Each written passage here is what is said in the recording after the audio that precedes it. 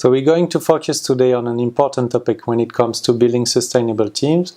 We're going to look at how we manage energy in the team and how we can, through managing the energy, we can increase personal and organizational productivity and effectiveness. And we're happy to have with us an expert in that area. We're going to speak today and interview Mark Guilbert, and we're going to be welcoming Mark in a minute. Okay, so welcome Mark, and thanks for being with us today. Thanks for inviting me. Nice to be here. Always a pleasure. Tell us about when I know that you do a lot of your work on managing the energy levels in the teams, in the organizations, and helping leaders dealing with that in their teams. And one of your mottos when you give conferences is that the body is business relevant. So what do you mean by that, and why is it relevant, and what dimensions would you give your advice would be relevant for a team to work on? Well, okay, Energizing the Business Athlete, which is the program. This is what I started to develop back in 1999. Mm-hmm. It's still a work in progress. And it really consists of three separate but related dimensions. So you have the physically prepared dimension, so this is about physical activity, but how you use physical activity as a recovery technique, not an additional source of stress and fatigue on a body that's already stressed and fatigued. You have mindful eating, and also you have sleep. And sleep really is the foundation of the physical dimension.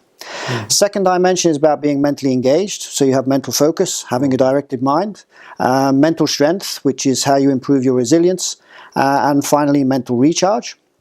And then the final dimension is about being emotionally connected. This is about self-smart, change smart, and people smart. So those are the three separate but related dimensions, and they're all equally as important as each other. Mm-hmm. So a lot of it has to do with the individual. How does the individual manage their energy level at a physical, at a mental and emotional level?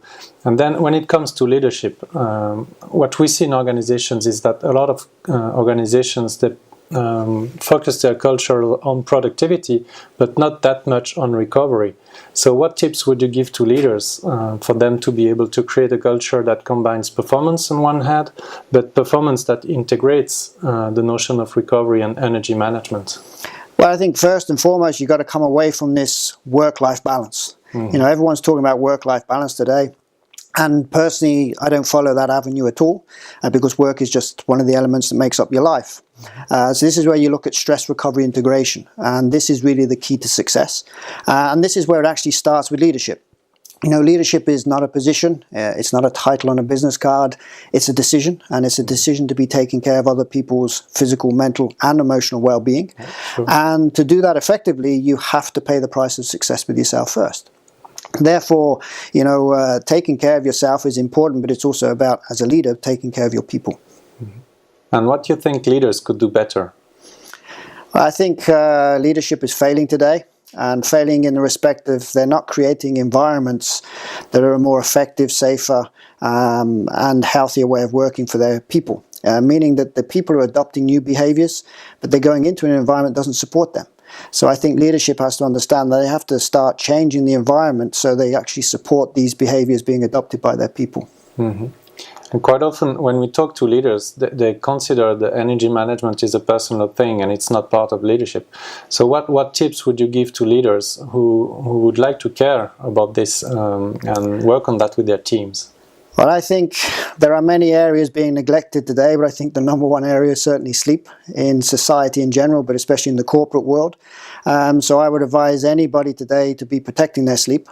There are many advices you can give concerning this and many top tips, I think, but if I was to give one today, it would be to look at the regularity of your sleep. So going to bed at the same time, waking up at the same time daily is fundamental because the body craves regularity when it comes to sleep. It's not just about the duration of that sleep or the quality of it. Regularity is just as important. Okay, so getting regular sleep schedules would be then a top tip for business leaders and their teams.